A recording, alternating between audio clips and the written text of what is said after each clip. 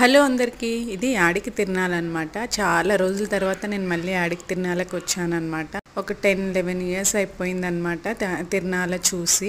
చిన్నప్పుడైతే యాడికి తిరునాలంటే కంపల్సరీ వెళ్ళే వాళ్ళము, ఎందుకంటే మా ఊరికి ఒక 3 కిలోమీటర్స్ డిస్టెన్స్లోనే ఉంటుందన్నమాట. ఇక పెళ్ళయ్యాక ఈ తిరునాళ్ళు, జాతరలు ఇలాంటి వాటికి అన్నింటికి చాలా తక్కువ అయిపోయింది. ఇప్పుడేమో మా పాపకి స్కూల్లో ఫైనల్ ఎగ్జామ్స్ అయిపోయి ఒక 3-4 డేస్ హాలిడేస్ ఇచ్చారు. మా చిన్న పాప ఏమో చాలా రోజుల నుంచి అడుగుతుంది అవ్వ దగ్గరికి వెళ్దాము అనేసి. మా నాన్న కూడా హాలిడేస్ వచ్చాయి కదా, తిరునాల ఉంది రండి అని పిలుస్తున్నారు. సరే అని చెప్పేసి వెళ్ళాము. ఇప్పుడైతే ఒక 4-5 ఇయర్స్ నుంచి అయితే ఈ రికార్డింగ్ డాన్స్లు ఇవన్నీ పెడుతున్నారనమాట. వారం రోజుల పాటు నైట్ టైమ్స్. ఈ యాడికి తిరునాలు వచ్చేసి హోలీ రోజు జరుగుతుందన్నమాట. హోలీకి వారం రోజుల ముందు నుంచే చెన్నకేశవ స్వామి బ్రహ్మోత్సవాలు జరుగుతాయన్నమాట. ఈ వారం రోజుల పాటు రికార్డింగ్ డాన్సులు, స్వామివారి రథోత్సవము ఊర్లో జరుగుతుంది. ఈ రికార్డింగ్ డాన్సెస్ ఇవన్నీ అయితే మా చిన్నప్పుడు ఉండేవి కాదు, నాకు తెలిసి ఒక 5 ఇయర్స్ నుంచి స్టార్ట్ చేశారు. ఈ వారం రోజుల పాటు ఈ రికార్డింగ్ డాన్సులు జరుగుతున్నాయి. మేమైతే లాస్ట్ డే చూసాము.